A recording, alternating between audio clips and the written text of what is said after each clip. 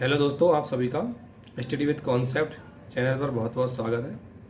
और दोस्तों, आप सभी की तैयारी को होलिस्टिक बनाने के लिए और एक रणनीतिक रूप से और उसको मार्गदर्शन हेतु हमने एक महासीरीज चलाई है। और इस महासीरीज में हम आपको न केवल बेसिक कॉन्सेप्ट डेवलप करेंगे, बल्कि फैक्ट को किस तरीके से एग्जामिनेशन हॉल में यूज करते हैं इसके बारे में वो आपको बहुत अच्छी तरीके से बताया जाएगा। इसलिए दोस्तों, आपको ये वीडियो जो स्टेट पीसीएस और अदर कंपटीशन के जीएस के लिए बहुत महत्वपूर्ण होगी।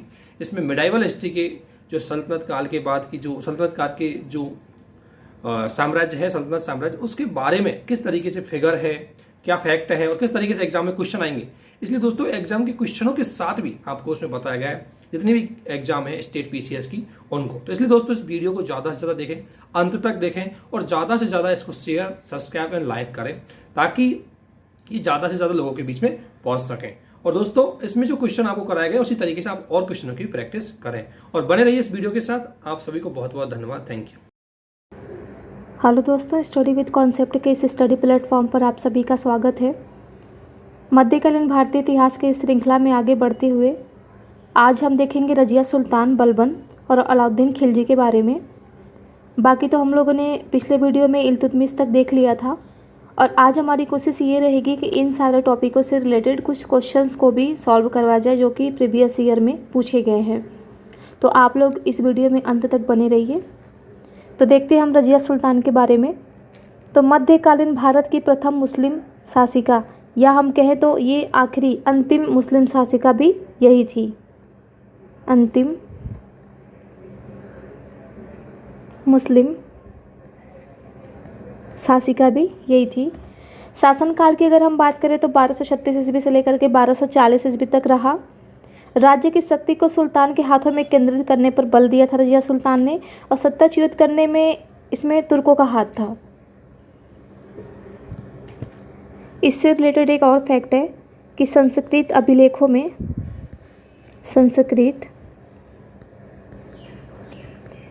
में रजिया सुल्तान का एक अन्य नाम का उल्लेख मिलता है जो है जलालुद्दीन। तो यहाँ पर आप लोग कंफ्यूज मत होइएगा क्योंकि ये ऐसा लग रहा है कि ये किसी मेल का नाम है, बट ये फीमेल का नाम है। संस्कृत अभिलेखों में इसी नाम से रजिया को बताया गया है कि इसका एक और नाम था। तो आप लोग कंफ्यूज मत होइएगा। वहाँ पर अगर किसी लेडीज़ का नाम देता है तो उसमें कंफ्यूज नहीं होना है आपको। ये जलालुद्दीन ही था संस्कृत अभिलेखों में। तो इसमें बस यही ध्यान देने वाली बात है। हालांकि इससे ज़्यादा क्वेश्चन बनता नहीं है। अभी तक जो क्वेश्चन बना हुआ है ये बस इसी से बना है कि प्रथम मुस्लिम महिला शासिका कौन थी। तो ये मेंस के हिसाब से इम्पोर्टेंट है, जिनका ऑप्शनल है तो उनके लिए इम्पोर्टेंट है। तो जब मेंस के हिसाब से हम पढ़ेंगे तो इसके बारे में डिटेल से पढ़ेंगे। अब आते हैं हम बलबन के बारे में देखते हैं। तो राजा धरती पर नियामत एक खुदाई ईश्वर का प्रतिनिधि, ये अपने आप को नियामत एक खुदाई यानी ईश्वर का प्रतिनिधि मानता था। राजा जिल्ले अल्लाह या जिल्ले इलाही यानी ईश्वर का प्रतिबिंब मानता था। कौन मानता था अपने आप को? तो वो बलबन था। मान मर्यादा में राजा का क्रम पैगंबर के बाद। इसका कहना ये था कि पैगंबर के बाद से अगर किसी का मान मर्यादा का ख्याल रखा जाए, किसी का सम्मान किया जाए तो वो राजा है। तो पैगंबर के बाद से अपने आप को ये रखता था। संस्थापक था ये राजत्व संबंधी सिद्धांत का। दिल्ली का प्रथम सुल्तान था जिसने इस सिद्धांत को प्रतिपादित किया। बुगरा खां इसका पुत्र था। इसने अपने पुत्र को सलाह दिया कि सुल्तान का पद जो है वो निरंकुशता का सजीव प्रतीक है, यानी निरंकुशता पर ये ज़्यादा बल देता था और वही सलाह अपने बच्चों को भी देता था। परिचय अगर हम देखें तो 1266 ईस्वी से 1286 ईस्वी तक सुल्तान रहा। पूरा नाम गयासुद्दीन बलबन था। और ये गयासुद्दीन बलबन नाम कब रखा? तो जब ये सुल्तान बना था। जब सुल्तान बना तब इसने अपना नाम गयासुद्दीन बलबन रखा, पूरा नाम। वैसे तो इसका अगर मूल नाम हम देखें बलबन का तो मूल नाम बहाउद्दीन था। बहाउद्दीन इसका मूल नाम था। और जब ये सुल्तान बना तो अपना पूरा नाम रखा गयासुद्दीन बलबन। अच्छा, यहाँ पर दिया हुआ भी है बहाउद्दीन। अन्य नाम अगर हम इसका देखें तो उलुग खां। उल्लुग खां के नाम से किस शासक को जानते थे, कई बार क्वेश्चन पूछा है, तो वो बलबन को। इल्बरी तुर्क से इसका संबंध था, ये किस जाति से संबंधित था, तो इल्बरी तुर्क से भी था। और हमने इल्तुतमिश को भी देखा था कि इल्बरी तुर्क से ही उसका भी संबंध था। और ये जो है कि बलबनी वंश का स्थापना किया था, बलबनी वंश का संस्थापक था। और बलबनी वंश का जो अंतिम शासक था वो कैकुबाद, ये अंतिम शासक था इस वंश का।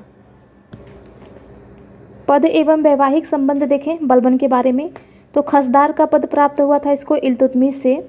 इल्तुतमिश ने इसको खरीदा था, ये इल्तुतमिश के द्वारा खरीदा गया था।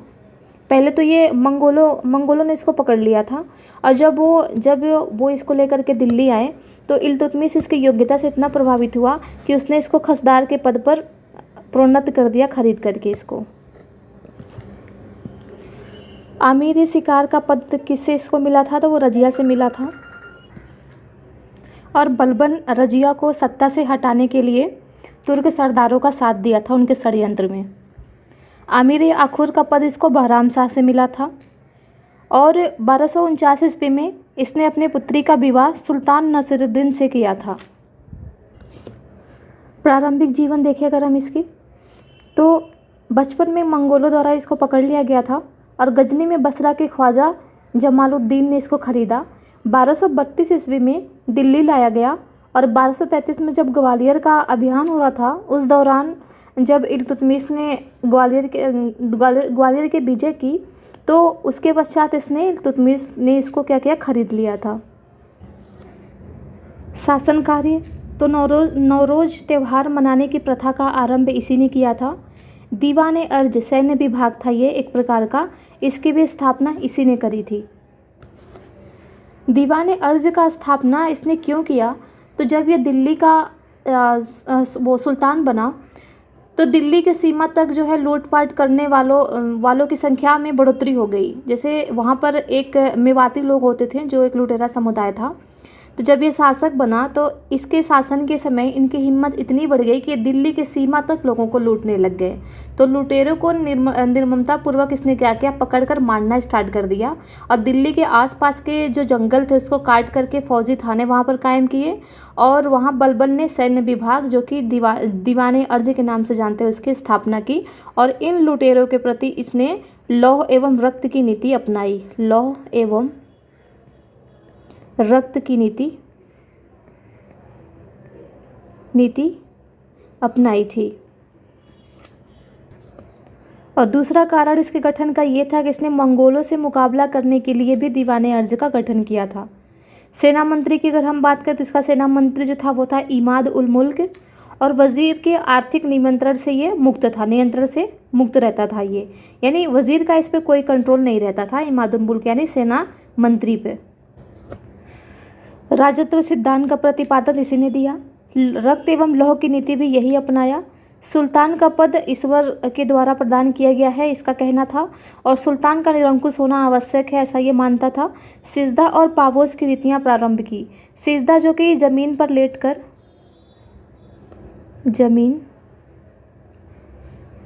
लेटकर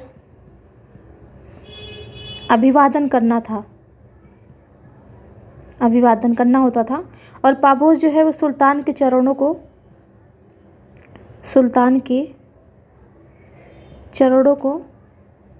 चूमना होता था, चूमना, इसको पाबोस कहते थे। और सिजदा जो कि ज़मीन पर लेट करके अभिवादन किया जाता था। बलबन ने चहलगामी पद्धति समाप्त की। और शुरू कौन किया था चहलगामी पद्धति, तो वो किया था इल्तुतमिश ने। अब खिलजी वंश के बारे में देख लेते हैं। खिलजी वंश, तो जलालुद्दीन खिलजी 1290 ईस्वी में इसका स्थापना किया और 1290 ईस्वी में इसका राज्याभिषेक हुआ था। और ये राज्याभिषेक जो हुआ था वो किलोखरी किले में हुआ था, या कह सकते हैं महल में हुआ था। किलोखरी महल में हुआ था। इसको एक नाम से और हम जानते हैं, अगर ऑप्शन में आपका कूलागढ़ी हो, कूलागढ़ी, तो भी इसी पे आप लोग टिक कीजिएगा, क्योंकि इसी को कहते हैं किलोखरी या कूलागढ़ी महल। अलाउद्दीन को आमिर तुजुक का पद दिया था इन्होंने, जलालुद्दीन खिलजी ने, और अपने पुत्री का विवाह अलाउद्दीन खिलजी से किया। और अगर आदर्श की बात करें तो ये उदार निरंकुशवाद और एक प्रकार से कहें तो निष्ठावान शासक था। ये कौन? तो जलालुद्दीन खिलजी। अलाउद्दीन खिलजी के बारे में अब देख लेंगे हम। प्रथम सुल्तान, भूमि की पैमाइश कराकर लगान वसूली करने का कार्य जो प्रारंभ किया वो प्रथम ऐसा सुल्तान अलाउद्दीन खिलजी ही था। परंपरागत लगान अधिकारियों, जैसे कि परंपरागत लगान अधिकारियों की अगर हम बात करें तो इसमें आते थे खुद, मुकद्दम एवं चौधरी, और लगान वसूल करने का अधिकार इन लोगों से छीन लिया था। सारे विशेषाधिकार इनके समाप्त कर दिए गए। इनकी भूमि से भी कर लेना इसने प्रारंभ कर दिया। पहले क्या होता था, इनको भूमि मुक्त, कर मुक्त भूमि देता था, लेकिन बाद में इसने क्या किया कि इनकी भूमि से भी कर लेना प्रारंभ कर दिया। उन सभी व्यक्तियों से भूमि छीना जिन्हें वह मिल्क, यानी मिल्क मतलब होता था कि राज्य द्वारा प्रदत्त संपत्ति, इनाम, इंदरात, पेंशन, जो भी चीज़ें दी जाती थी उनको हम मिल्क कहते थे, उनको ये लोग मिल्क कहते थे।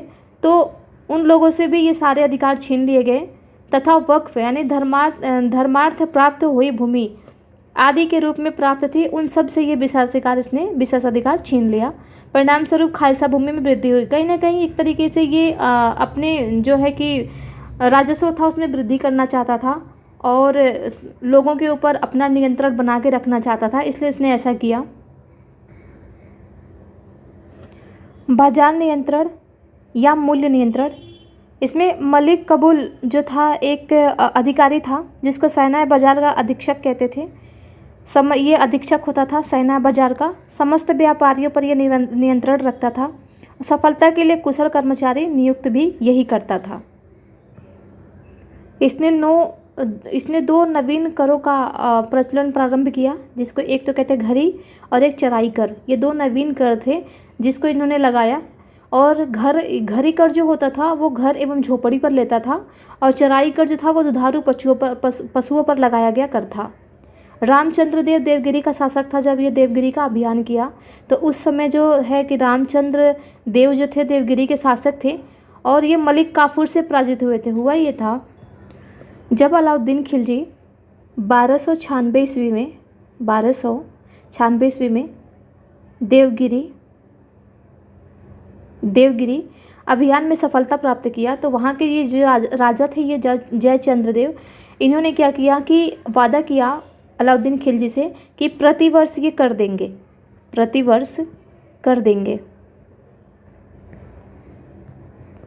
परंतु रामचंद्र देव के पुत्र शंकरदेव ने क्या किया कि इसमें हस्तक्षेप कर दिया और वार्षिक कर का जो है भुगतान है उसको रोक दिया। फिर अलाउद्दीन खिलजी ने क्या किया कि अपने एक सेनापति मलिक काफूर को देवगिरी के अभियान पर भेजा। और ये क्या किया, मलिक काफूर भयानक तरीके से वहाँ पर लूटपाट किया और लोगों को मारना स्टार्ट कर दिया। जब रामचंद्र देव ने ये सब सारी चीज़ें देखी तो उन्होंने अपने आप को आत्मसमर्पण कर दिया इसके समक्ष। फिर इसको पकड़ करके सुल्तान के समक्ष प्रस्तुत किया गया। तो अलाउद्दीन खिलजी ने उदारता का परिचय देते हुए रामचंद्र देव को राय रायन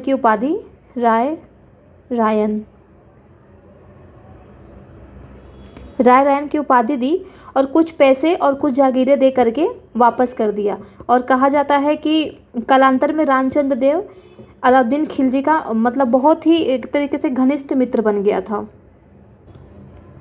अलाउद्दीन खिलजी का एक अन्य नाम और था अली गुरसब, इस नाम से भी इसको जानते थे। धर्म पर राज्य का नियंत्रण इसी ने स्थापित किया पहली बार, और उलेमा वर्ग के प्रभाव से राज्य को मुक्त किया। उपाधि की अगर हम बात करें तो इसने सिकंदर द्वितीय सानी की उपाधि धारण की। कहीं कहीं आपको दे देगा सिकंदर सानी की उपाधि भी, तो दोनों का संबंध इसी से है। जफ़र खां जो कि इसका एक प्रसिद्ध सेनापति था और मंगोलों के विरुद्ध लड़ते हुए इसकी मृत्यु हो गई थी, ये भी क्वेश्चन पूछा हुआ है। और ऐसे किंवदंतियाँ हैं, कहा जाता है कि जफ़र खां को देख करके मंगोल आक्रमणकारियों के जो घोड़े होते थे वो पानी पीना छोड़ देते थे। दीवान मुस्तखराज की स्थापना की, जिसका मुख्य उद्देश्य था एक शक्तिशाली और निरंकुश राज्य की स्थापना करना। ये एक शक्तिशाली और निरंकुश राज्य की स्थापना करना चाहता था, इसलिए इसने दीवान मुस्तखराज की स्थापना करी थी। भूमि की पैमाइश के आधार पर लगान वसूली करने का जो पद्धति का प्रचलन है इसने स्टार्ट किया और उपज का 50% प्रतिशत जो है भूमि कर खराज के रूप में ये वसूल करता था। भूमि की वास्तविक आय पर राजस्व निश्चित करने वाला भारत का प्रथम मुस्लिम शासक यही था। मलिक कफूर, जिसको अभी हमने देखा कि देवगिरी के अभियान पर भेजा था अलाउद्दीन ने, इसको गुजरात विजय के दौरान इसने खरीदा था। इसका अन्य नाम जो है मलिक कफूर का वो 1000 दिनारी भी है। अलाउद्दीन खिलजी ऐसा पहला सुल्तान था, ऐसा पहला सुल्तान जिसने वेश्यावृत्ति को समाप्त करने का प्रयास किया था, समाप्त करने का प्रयास किया था।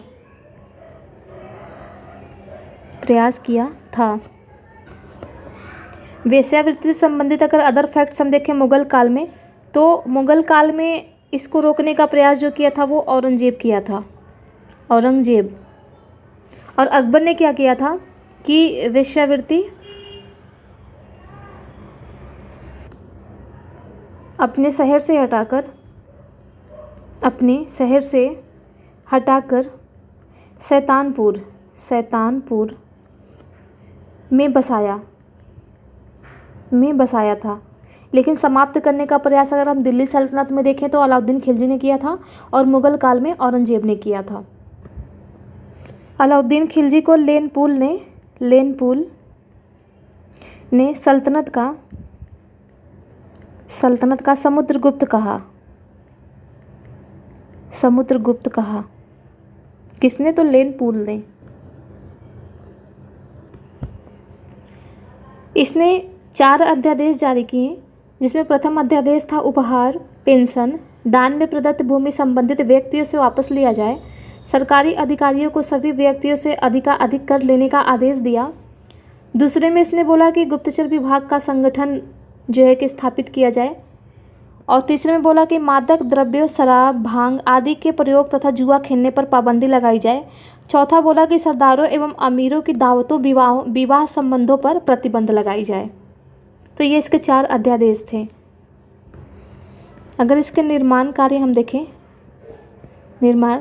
तो ये अलाई दरवाज़ा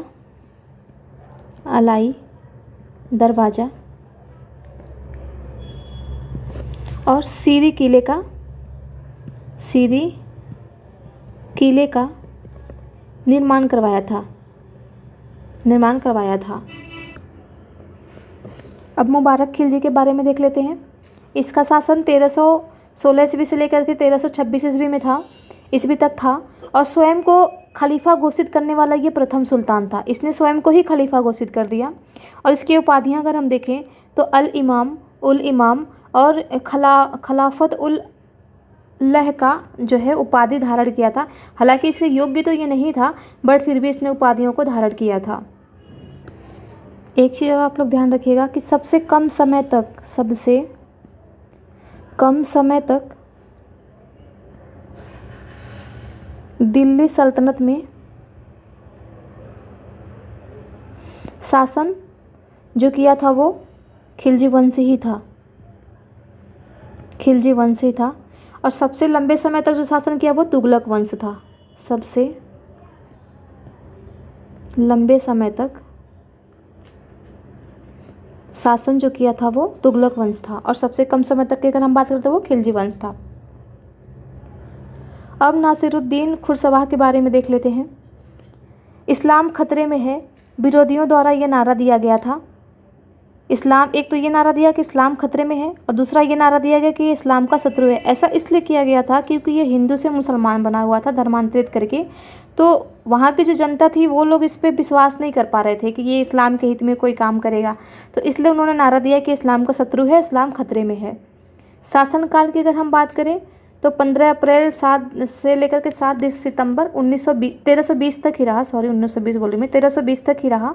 और ये ऐसा पहला शासक था जिसने अपने नाम का खुतबा पढ़वाया था। और यहाँ पर हमने देखा कि अपने आप को खलीफा घोषित करने वाला कौन था, तो वो था मुबारक खिलजी। तो यहाँ पर इसने स्वयं को खलीफा घोषित किया, लेकिन इसने तो क्या किया, अपने नाम का खुतबा ही पढ़वा लिया। और मुग़ल काल में अगर हम देखें तो अपने नाम का खुतबा अकबर ने पढ़वाया था। महत्वपूर्ण तथ्य की अगर हम बात करें यहाँ पर, तो 1306 ईस्वी के बाद अलाउद्दीन खिलजी के समय में दिल्ली सल्तनत एवं मंगोलों के बीच सीमा थी रावी नदी। नहीं, यहाँ पर ये गलत दिया है, ये रावी नदी नहीं है, ये सिंधु नदी है, सिंधु नदी। जलालुद्दीन खिलजी ने अपना राज्य अभिषेक करवाया था कहाँ पर, तो वो अपूर्ण किलोखरी या किलोगढ़ी महल में करवाया था। किलोगढ़ी के महल का निर्माता था कैकुबाद था। गढ़ मुक्तेश्वर की मस्जिद की दीवारों पर अपने शिलालेख में स्वयं को खलीफा का सहायक किसने कहा था, वो तो बलबन ने कहा था। बलबन ने स्वयं को खलीफा का सहायक कहा था, ईश्वर का प्रतिबिंब भी अपने आप को मानता था। बलबन के काल में 1289 ईस्वी में बंगाल में हुए एकमात्र विद्रोह का नेतृत्व किया था। कौन किया था, तो वो तुगरील खां था, जो कि बंगाल का सूबेदार था। अलाउद्दीन के प्रसिद्ध सेनापति जफर खां की मृत्यु हुई थी, तो आप हमने ऊपर ही देखा मंगोलों से लड़ते हुए इसकी मृत्यु हुई थी। सुलेमान और रानी साहिबा के प्रेम प्रसंग का उल्लेख अपने ग्रंथ में किया था, तो किसने, अमीर खुसरो ने किया था। भूमि कर को उत्पादन के 50% तक निर्धारित करने वाले सुल्तान थे, तो अलाउद्दीन खिलजी थे। ये भी क्वेश्चन कई बार पूछ चुका है। और इसी के नक्शे कदम पर चला था मोहम्मद बिन तुगलक भी। अब तुगलक वंश के बारे में देख लेते हैं। गयासुद्दीन तुगलक, इसके परिचय की अगर हम बात करें तो तुगलक वंश का संस्थापक यही था, गयासुद्दीन तुगलक, और तुगलक वंश का प्रथम शासक भी यही था। यह अलाउद्दीन का सेनापति था। इसके अन्य नाम की अगर हम बात करें तो गाजी मलिक इसका अन्य नाम था। कहा जाता है कि इसकी माता जो थी वो एक हिंदू जाट थी और पिता करोना तुर्क था, और इसका पिता जो था वो बलबन का दास था। दीपालपुर का राज्यपाल नियुक्त हुआ था कौन, तो गयासुद्दीन तुगलक। अलाउद्दीन के समय में दीपालपुर का ये राज्यपाल था। सैन्य कार्य अगर हम देखें इसके गयासुद्दीन तुगलक के, तो मंगोलों को भारत से कई बार ये भगाया था, और इसी के चलते इसने मलिक उल गाजी की उपाधि धारण की थी। खुसरो शाह से इसने दिल्ली को छीना था। किससे छीना था, तो खुसरो शाह से। ये भी क्वेश्चन पूछा गया है। 1320 ईस्वी में सुल्तान बना ये, और अन्य नाम इसका जो है वो है गाजी बेग तुगलक या गाजी तुगलक। राजस्व प्रशासन देखें तो लगान जो था वो उपज का 1/5 से लेकर के 1/3वें भाग तक होता था। अकाल के समय ये भूमि कर माफ़ कर देता था किसानों से, जो है कि अकाल के समय ये भूमि कर नहीं लेता था। और कहा जाता है कि ये ऐसा पहला सुल्तान था, ऐसा पहला सुल्तान जिसने कृषकों के भलाई का प्रयत्न किया था, भलाई का प्रयास किया था। ये ऐसा पहला सुल्तान था। राजस्व वसूली में सरकारी कर्मचारियों को हिस्से की जगह कर मुक्त जागीरें देता था। नस्ल एवं बटाई प्रथा का प्रचलन जो है इसी ने किया था। किसने, तो गयासुद्दीन तुगलक ने। गयासुद्दीन तुगलक का अगर प्रथम अभियान देखें, प्रथम अभियान, तो वो था तेलंगाना वारंगल का। और लास्ट अगर हम देखें अंतिम अभियान, तो बंगाल का था, बंगाल। जब ये बंगाल अभियान से लौट रहा था तो इसके पुत्र द्वारा एक लकड़ी का महल बनवाया गया था। इसका पुत्र जो था वो मोहम्मद बिन तुगलक था। उसके द्वारा एक लकड़ी का महल बनवाया गया था इसके स्वागत के लिए, और उस लकड़ी के महल गिरने के कारण ही इसकी मृत्यु हो गई थी। तो जो इतिहासकार हैं जैसे कि इब्न बतूता, अबुल फजल, तो उनका ये कहना था कि ये एक षड्यंत्र के रूप में इस महल का निर्माण किया गया था कि इसमें जिससे इसकी मृत्यु हो गई थी गयासुद्दीन तुगलक की। डाक व्यवस्था को पूर्ण रूप से संगठित करने का श्रेय भी इसी को जाता है। संगठित करने का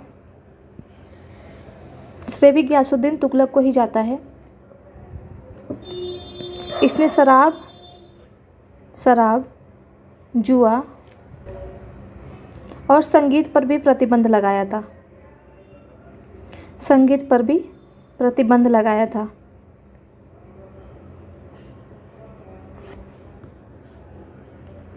इब्न बतूता के बारे में देख लेते हैं। ये मोरक्को का मूल अफ्रीकी यात्री था। मोहम्मद बिन तुगलक के कार्यकाल में इसका आगमन हुआ था। तो ये भी क्वेश्चन पूछता है कि किसके कार्यकाल में इब्न बतूता का आगमन हुआ था। और उसका अल बरूनी का हम लोगों ने देखा था महमूद गजनवी के टाइम पे उसके साथ ही आया था वो। सुल्तान द्वारा दिल्ली का काजी नियुक्त किया गया था किसको, तो इब्न बतूता को। सुल्तान ने राजदूत बना करके चीन भेजा, यानी मोहम्मद बिन तुगलक ने इसको अपना राजदूत बना करके चीन भी भेजा था। किताबुल रहला की रचना इसी ने की, ये भी क्वेश्चन पूछा हुआ है। और सल्तनत काल में डाक व्यवस्था का जो विस्तृत विवरण मिलता है वो इसी के बुक यानी किताबुल रहला में ही मिलता है, डाक व्यवस्था का विवरण।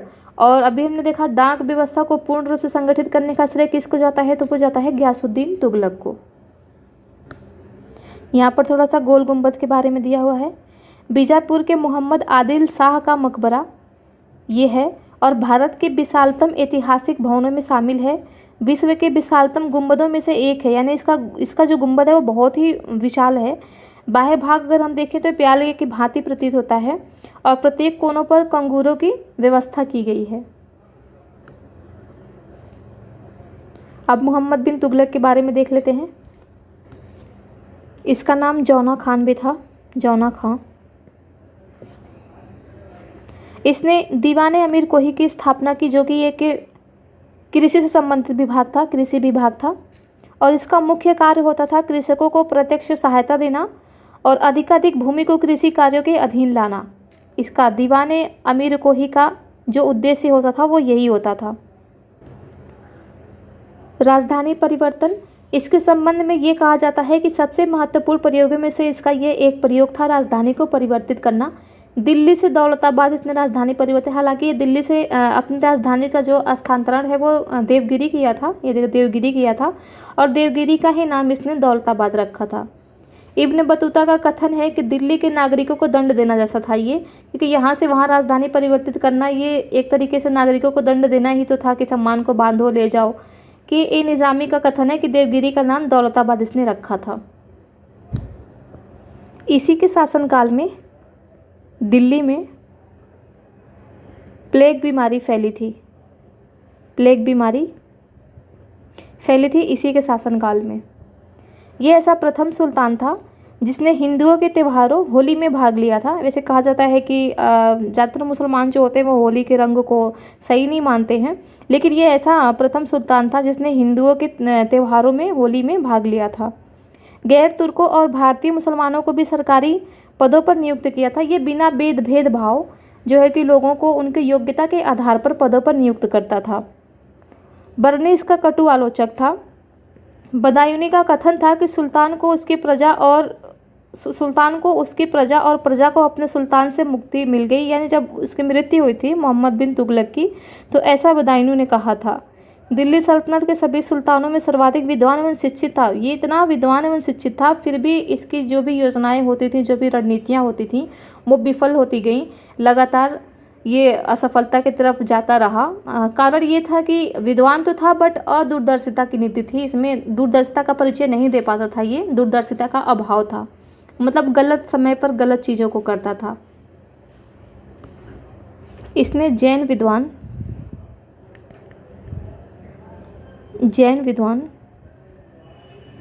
राजशेखर को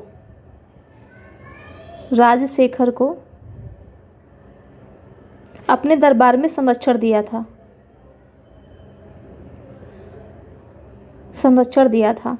इसका ये कहना था कि यदि वेदों का पाठ करवाते हैं हम, इसका कहना था कि वेदों के गायन से पाप दूर होता है, पाप दूर होता। और ये ऐसा प्रथम सुल्तान था, प्रथम सुल्तान जो गंगा जल का पान करता था, गंगा जल का पान करता था।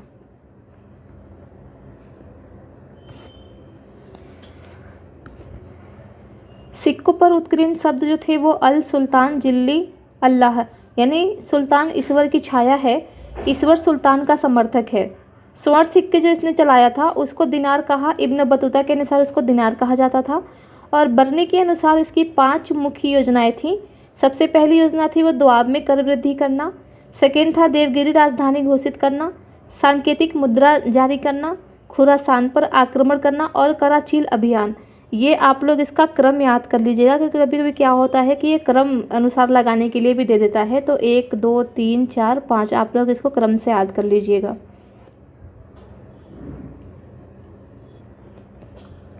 अब फिरोज शाह तुगलक के बारे में देख लेते हैं। तो सबसे पहले इसका देखते हैं मूल नाम क्या था। मूल नाम, इसका नाम था कमालुद्दीन फिरोज, इसका मूल नाम था। इसने अनुवाद विभाग की स्थापना की, जिसमें ये क्या करता था कि संस्कृत ग्रंथों का फारसी में अनुवाद करवाता था। दीवाने खैरात नामक विभाग की स्थापना किसने की? तो फिरोज शाह तुगलक ने की। इसका उद्देश्य क्या था? गरीब मुसलमानों, अनाथ स्त्रियों और विधवाओं को आर्थिक सहायता देना। गरीब मुसलमानों लड़कियों के विवाह की व्यवस्था इसी के खर्चे पर किया जाता था और राज्य के खर्च पर ही हज की व्यवस्था की गई थी। तो दीवाने खैरात विभाग जो था उससे इतने सारे कार्य किए जाते थे। दीवाने बंदगान की स्थापना इसने की। ये इसलिए किया कि दासों के देखभाल हेतु एक पृथक विभाग था और ये कहा जाता है कि इसके काल में, शासनकाल में सर्वाधिक जो है कि दास थे। करीब कहा जाता है कि 1,80,000 दास थे इसके शासनकाल में। इसने ब्राह्मणों पर जजिया कर लगाया, ये भी क्वेश्चन पूछा गया है। ब्राह्मण पर जजिया कर लगाया और दिल्ली के समीप 1200 नए फलों के बाग लगवाया। इसकी बागवानी में अभिरुचि ज़्यादा ही थी। अशोक के 2 स्तंभों को मेरठ एवं टोपरा से वर्तमान अंबाला में ले आया, ये दिल्ली से लाया था। सर्वप्रथम जजिया कर किसने लगवाया था? सर्वप्रथम जजिया कर किसने लगाया था? तो वो था मुहम्मद बिन कासिम। तो सर्वप्रथम लगवाया था मुहम्मद बिन कासिम ने। और ब्राह्मणों पर सर्वप्रथम दिल्ली सल्तनत में किसने कर लगाया? तो वो जजिया कर लगाया, तो वो था फिरोज शाह तुगलक। और जजिया कर समाप्त किसने किया?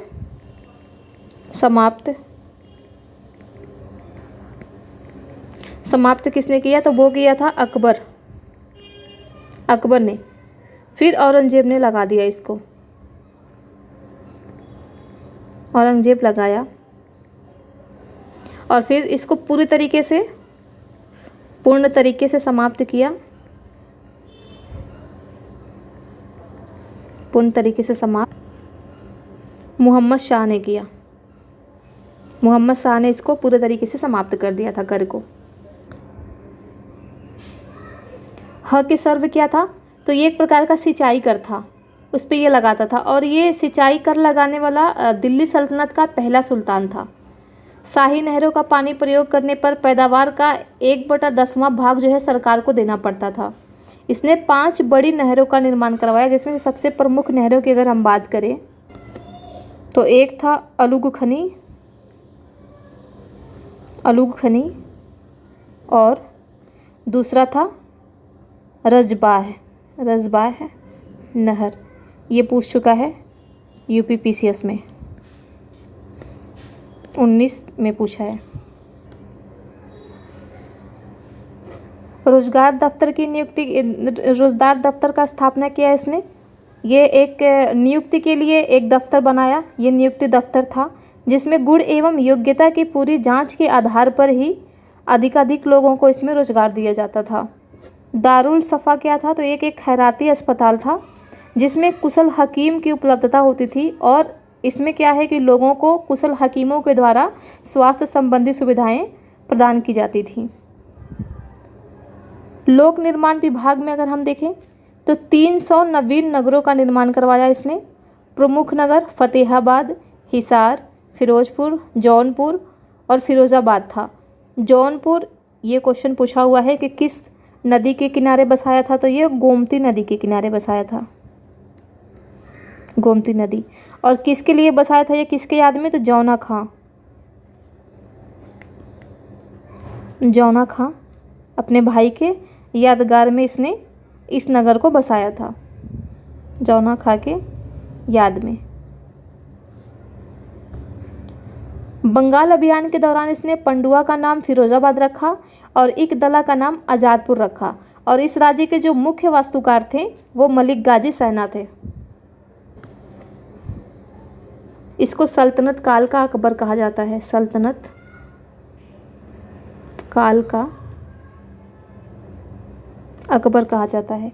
दिल्ली में इसने नक्षत्रशाला की स्थापना करवाया था, और इसका जो राज्याभिषेक हुआ था, राज्याभिषेक वो सिंधु नदी के किनारे हुआ था, सिंधु नदी के तट पर, कह लीजिए तट पर हुआ था, तट पर हुआ था। यह सैयद उस सलातीन की उपाधि धारण की, सलातीन की उपाधि धारण की, किससे, तो खलीफा से। ये उपाधि इसको खलीफा से मिला था।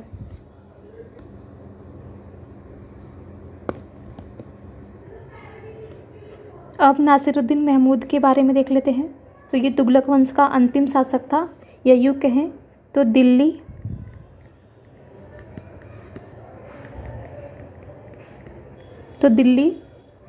का अंतिम तुर्क सुल्तान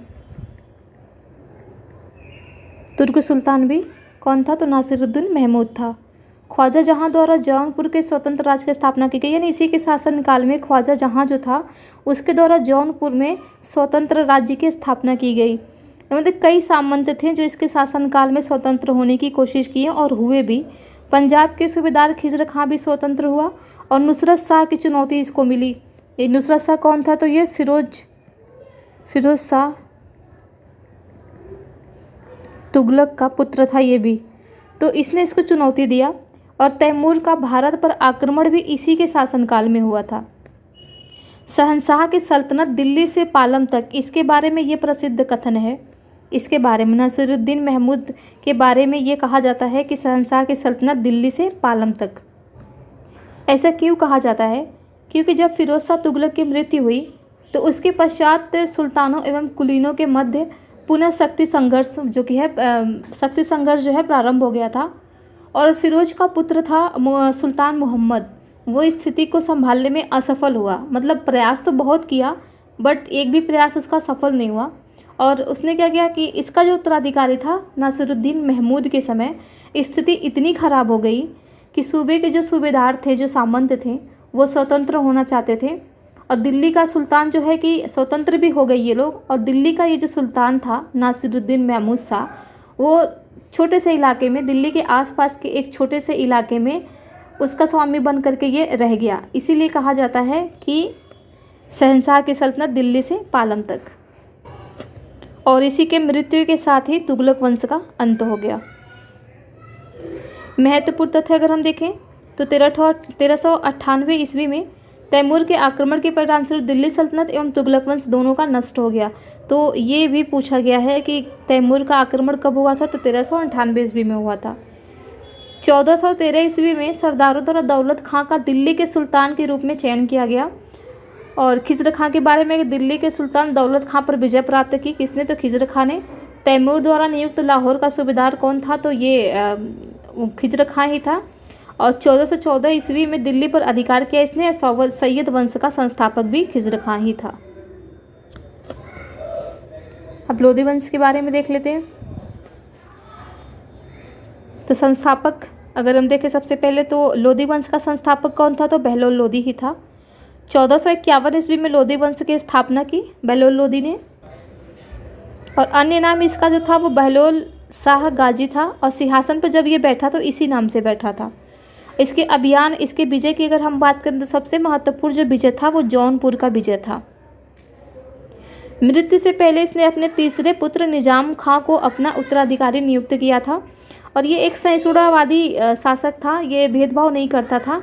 दरबार में इसके दरबार में काफ़ी हिंदू सरदार की नियुक्ति की गई थी, जैसे कि राय दादू, राय करण सिंह, राय प्रताप सिंह, राय नरसिंह और राय त्रिलोक चंद। इसने बहलोली सिक्कों का प्रचलन करवाया और उत्तर भारत में अकबर से पूर्व ही विनिमय का मुख्य साधन सिक्कों के माध्यम से हुआ करता था। अकबर से पूर्व ही विनिमय का मुख्य साधन सिक्का था। बहलोल लोधी ने ग्वालियर के शासक मान सिंह को पराजित किया था और इसी अभियान से लौटते समय इसकी मृत्यु हुई थी। अब हम देखते हैं निज़ाम खां यानी सिकंदर लोधी के बारे में। तो 17 जुलाई 1489 को सुल्तान बना। लोधी वंश का महानतम शासक था ये। और 1504 ईस्वी में ये आगरा शहर की स्थापना किया था। 1504 ईस्वी में आगरा शहर की स्थापना किसने किया था? तो सिकंदर लोधी ने। और इसी को अपना राजधानी घोषित किया। नाप का पैमाना अगर हम देखें तो गज सिकंदरी का आरंभ इसी ने किया। फरहंग सिकंदरी ये एक आयुर्वेदिक ग्रंथ था जिसका इसने फारसी में अनुवाद करवाया था। लज्जत सिकंदर शाही ये गायन विद्या का एक ग्रंथ था। और ये जो है कि शहनाई का बहुत शौकीन भी था। ये देखिए लिखा हुआ है यहाँ पे, शहनाई सुनने का ये बहुत ही शौकीन था। गुलरुखी उपनाम से इसने कविता लिखना स्टार्ट किया। गुलरुखी का मतलब होता है गुलाबी चेहरा, और अनाजों से जो ज़कात दिया जाता था उसने क्या किया? इसको समाप्त कर दिया। इसने इस्लाम धर्म का एक त्यौहार है मुहर्रम। इसमें ताजिया निकाला जाता है। इस पे इसने प्रतिबंध लगा दिया। ताजिया पर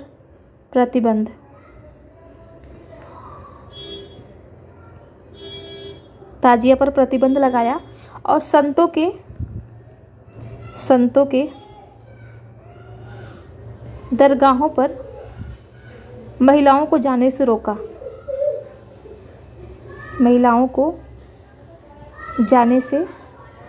रोका। अब इब्राहिम लोधी के बारे में देख लेते हैं। 1518 ईस्वी में महाराणा सांगा से खतौली का युद्ध हुआ जिसमें यह पराजित हो गया इब्राहिम लोधी। और 21 अप्रैल 1526 ईस्वी में पानीपत का प्रथम युद्ध हुआ। बाबर के खिलाफ ये युद्ध था और इस युद्ध में भी इसकी पराजय हुई और युद्ध भूमि में ही इसकी मृत्यु हो गई। तो ये भी क्वेश्चन पूछ लेता है कि युद्ध भूमि में किस शासक की मृत्यु हुई या किस सुल्तान की मृत्यु हुई थी? तो वो इब्राहिम लोधी था। और फरिश्ता का कथन है कि इब्राहिम लोधी मृत्यु पर्यंत लड़ा और एक सैनिक की भांति मारा गया, यानी ये मैदान छोड़ के भागा नहीं बल्कि लड़ता रहा। नियामत उल्लाह के अनुसार सुल्तान इब्राहिम के अतिरिक्त भारत का अन्य कोई सुल्तान युद्ध भूमि में नहीं मारा गया था, यानी ये अकेला ऐसा सुल्तान था जो युद्ध भूमि में मारा गया था। और यही एकमात्र ऐसा सुल्तान जिसका 2 बार राज्याभिषेक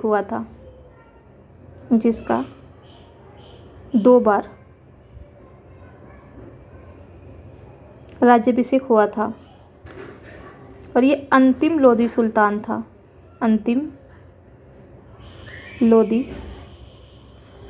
था। इसका कहना था, यानी इब्राहिम लोधी का कहना था,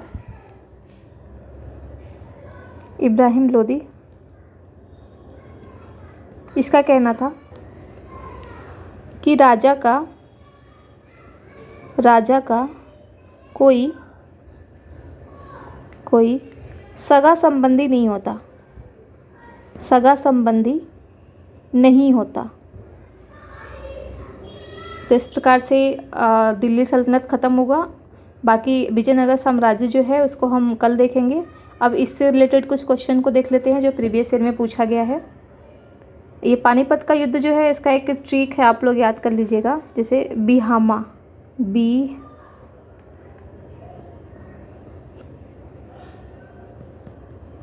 बिहामा प्रथम युद्ध किसके बीच हुआ था? तो बाबर और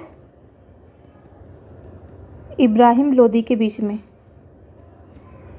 दूसरा हुआ था हेमू और अकबर के बीच में। और तीसरा हुआ था मराठा और अब्दाली के बीच में। तो एक ट्रिक है, बिहामा से आप तीनों युद्धों के बारे में भूलेंगे नहीं कभी कि किसके किसके बीच में कब हुआ था, किसके बीच में हुआ था, कब हुआ था, वो आप लोग देख लीजिएगा सन कब हुआ था।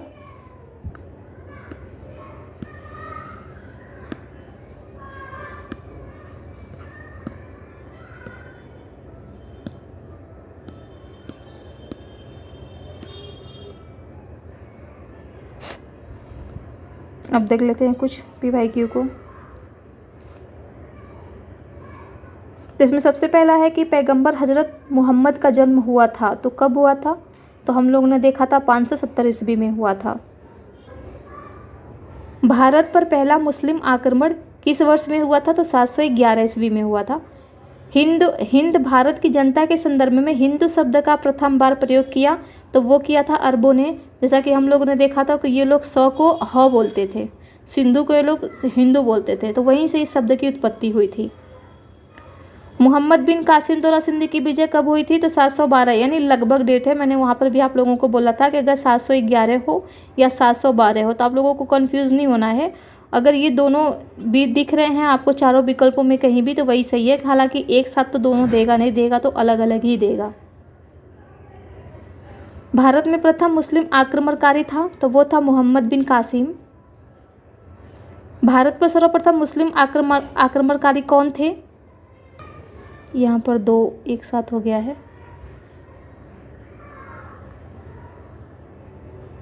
तो वो थे अरब। ये पूछ रहा है सर्वप्रथम मुस्लिम आक्रमणकारी जो थे वो थे अरब थे। इनमें से कौन गजनी राजवंश का संस्थापक था? गजनी, यहाँ पे पूछ रहा गजनी राजवंश का, तो वो अल्पतगीन था।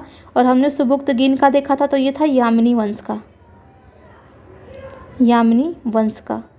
और यहाँ पर अल्पतगीन है, गजनी है तो ये अल्पतगीन था। शाहनामा के लेखक कौन थे? तो ये थे फिरदौसी। महमूद गजनी के साथ भारत आने वाला मुस्लिम विद्वान था तो यहाँ पर महमूद गजनी के साथ आने वाला पूछ रहा है तो ये अल-बरूनी था।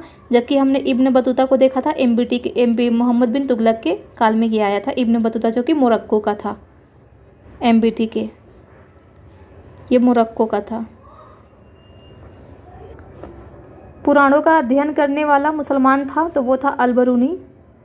मोहम्मद गौरी को सबसे पहले किसने पराजित किया था? तो वो किया था भीम द्वितीय ने।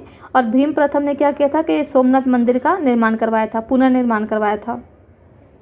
निम्नलिखित में से मध्य एशिया के किस शासक ने 1192 में उत्तर भारत को जीता? 1192 में तो ये था सिहाबुद्दीन गौरी, मोहम्मद गौरी। हालांकि मोहम्मद गौरी है लेकिन यहाँ पर देखिए इसका नाम सिहाबुद्दीन भी था तो दोनों नाम को एक ही साथ ऐड करके दे दिया है। तो आप लोगों को कंफ्यूज नहीं होना है क्योंकि तराइन का 2 युद्ध हुआ था। तराइन युद्ध अगर हम देखें तो 2 हुआ था। एक तो 1191 में हुआ था।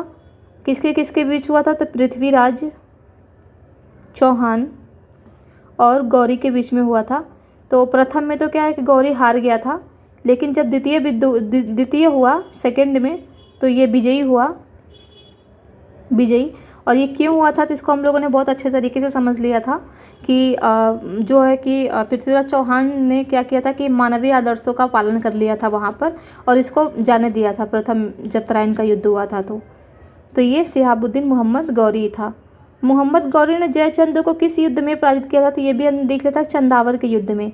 और हालांकि इसमें मेन तो ये था कि इसमें तो गौरी बुरी तरीके से घायल हो गया था और इसका मतलब है कि पराजय होने ही वाला था कि इसका जो गुलाम था कुतुबुद्दीन ऐबक उसकी एक तीर इनको लगी जयचंद को, चंदावर का युद्ध हुआ था वो जयचंद और गौरी के बीच में हुआ था। युद्ध में क्या हुआ कि इसको तीर लगा और जयचंद की मौके पर ही मृत्यु हो गई थी। तो ये चंदावर का युद्ध हुआ था 94 में, और इसी युद्ध में जयचंद पराजित हुए थे। युद्ध जिसमें भारत में मुस्लिम शक्ति की स्थापना करी, तो तराइन का दूसरा युद्ध ही था। ऐसा कहा जाता है कि यदि यहाँ पर हार नहीं हुआ होता पृथ्वीराज चौहान का, तो शायद ये चीज़ संभव नहीं था। तो द्वितीय युद्ध में ही, तराइन के द्वितीय युद्ध में ही मुस्लिम शक्ति की स्थापना हुई थी भारत में। भारत में मोहम्मद गौरी ने किसको प्रथम अख्ता प्रदान किया था? तो इसको भी हम लोगों ने देख लिया था। कुतुबुद्दीन ऐबक को प्रथम अख्ता प्रदान किया था मोहम्मद गौरी ने। मोहम्मद गौरी के किस दास ने बंगाल एवं बिहार पर विजय प्राप्त किया था? तो इसको भी हम लोगों ने बहुत अच्छे तरीके से देख लिया था। मैं आपको बताई भी थी कि बीपीएससी का ये बहुत ही फेवरेट क्वेश्चन है। तो ये बख्तियार खिलजी था, जो कि विक्रमशिला और नालंदा विश्वविद्यालय को नष्ट किया था। 2.5 दिन का झोपड़ा क्या है? तो ये एक मस्जिद है। दिल्ली सल्तनत का कौन सा सुल्तान लाख बख्श के नाम से जाना जाता था? तो इसके बारे में हमने बहुत अच्छे तरीके से पढ़ा था। वो था कुतुबुद्दीन ऐबक। क्यों? क्योंकि ये लाखों लोगों को दान देता था, और इसी को हम कहते, इसने क्या है कि पील बख्श की भी उपाधि धारण की थी। बिहार का प्रथम मुस्लिम विजेता कौन था? ये बिहार का पूछ रहा है, तो आप लोगों को ध्यान देना है। ये बिहार का पूछ रहा है, तो बख्तियार खिलजी। ये देखिए 60वीं और 62वीं बीपीएससी में दोनों में पूछा है, सन 2016 में। नालंदा बिहार का विध्वंस किसने किया था? तो बख्तियार खिलजी ने किया था। ये भी देखिए, ये भी पूछा है 60वीं 62वीं बीपीएससी में। निम्नलिखित में से किसने प्रसिद्ध कुतुब मीनार के निर्माण में योगदान नहीं दिया था? यहाँ पर ध्यान देना आपको, नहीं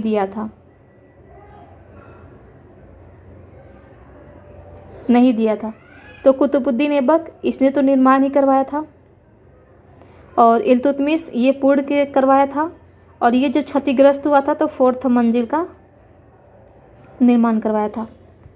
तो इसमें गयासुद्दीन तुगलक नहीं था।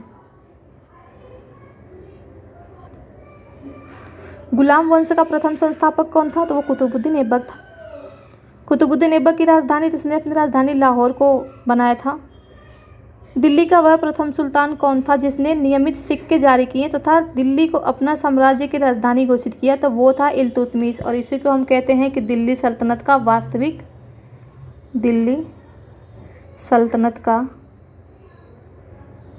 वास्तविक संस्थापक।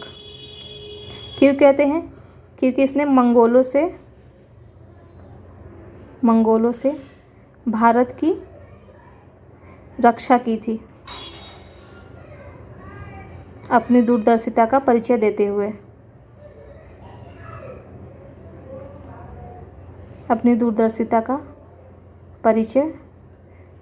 हुए। और यही क्या है कि शुद्ध अरबी के सिक्के चलाए थे। शुद्ध अरबी के सिक्के जारी करता था यही। ये फिर आ गया क्वेश्चन, गुलाम वंश का संस्थापक कौन था? तो वो कुतुबुद्दीन ऐबक था। निम्नलिखित में से कौन सी इल्तुतमिश के राज्यकाल में सल्तनत की राजधानी थी? तो इल्तुतमिश के बारे में यहाँ पर पूछ रहा है, तो वो था दिल्ली। सल्तनत के निम्नलिखित सुल्तानों में से किसने सर्वप्रथम अपनी राजधानी दिल्ली को स्थानांतरित किया था? तो वो था इल्तुतमिश। दिल्ली का प्रथम मुस्लिम शासक कौन था? प्रथम की बात कर रहा है, प्रथम पूछे या वास्तविक पूछे तो उसको इल्तुतमिश ही कहेंगे। मंगोल आक्रमणकारी चंगेज खां भारत की उत्तर पश्चिमी सीमा पर निम्न में से किसके काल में आया था? तो वो इल्तुतमिश के काल में ही आया था। और क्यों आया था? तो ये मंगबरनी की वजह से आया था। मंगबरनी, इसके बीच में विवाद था, ये भाग करके भारत में आया था और ये इल्तुतमिश से सहायता भी मांगी, बट इल्तुतमिश ने इसको सहायता नहीं दिया। और इसी प्रकार से इसने क्या किया था कि भारत की रक्षा की थी। भारत की रक्षा इसी प्रकार से की थी, इसकी सहायता ना करके। गुलामों का गुलाम किसे कहा जाता है? तो वो कहा जाता है इल्तुतमिश को, क्योंकि गौरी का गुलाम तो कुतुबुद्दीन ऐबक था और कुतुबुद्दीन ऐबक का गुलाम था वो इल्तुतमिश था, तो इसलिए गुलामों का गुलाम इल्तुतमिश को कहा जाता है। रजिया बेगम को सत्ताच्युत करने में किसका हाथ था? तो अभी हमने ऊपर देखा था तुर्कों का हाथ था। ये जो तुर्क सरदार थे, ये तुर्क सरदार थे, इन्हीं का हाथ था। दिल्ली के सुल्तान बलबन का पूरा नाम था, तो हमने देख लिया अभी ऊपर ही, गयासुद्दीन बलबन नाम था पूरा। और निम्नलिखित में से किसने भारत में प्रसिद्ध फारसी त्यौहार नवरोज को आरंभ करवाया था? तो ये बलबन ने करवाया था। तो इस तरीके से आप देख सकते हैं कि एक भी क्वेश्चन इससे बाहर नहीं जा रहा है। तो आप लोग अगर अच्छे से इसको बार बार रिवीजन करेंगे तो आप जाएंगे एग्ज़ाम में बैठेंगे तो जैसे लगेगा कि कुछ भी नहीं है, ये तो बस मज़ा आ जाएगा पेपर सॉल्व करने में। तो आप लोग ध्यान दीजिए अच्छे से इसको, और वीडियो को लास्ट तक देख करके नोट्स बनाइए और 2-4 बार रिवीजन कीजिए। चीज़ें एकदम बढ़िया से याद आ जाएगी, विदाउट कन्फ्यूजन आप क्वेश्चन को सही करके आएंगे। और जब क्वेश्चन आपका सही होगा, चाहे आप घर पे बैठ के टेस्ट दीजिए या एग्ज़ाम हॉल में पेपर सॉल्व कीजिए, तो आप में एक अलग ही कॉन्फिडेंस आएगा। और जब आप में कॉन्फिडेंस आएगा तो जाहिर सी बात आपका माइंड भी उसी तरीके से काम करना स्टार्ट कर देगा। तो वीडियो को ज़्यादा से ज़्यादा शेयर कीजिए, लाइक कीजिए, कमेंट कीजिए। इसी के साथ यहाँ पर हम इसको समाप्त करते हैं। Thank you.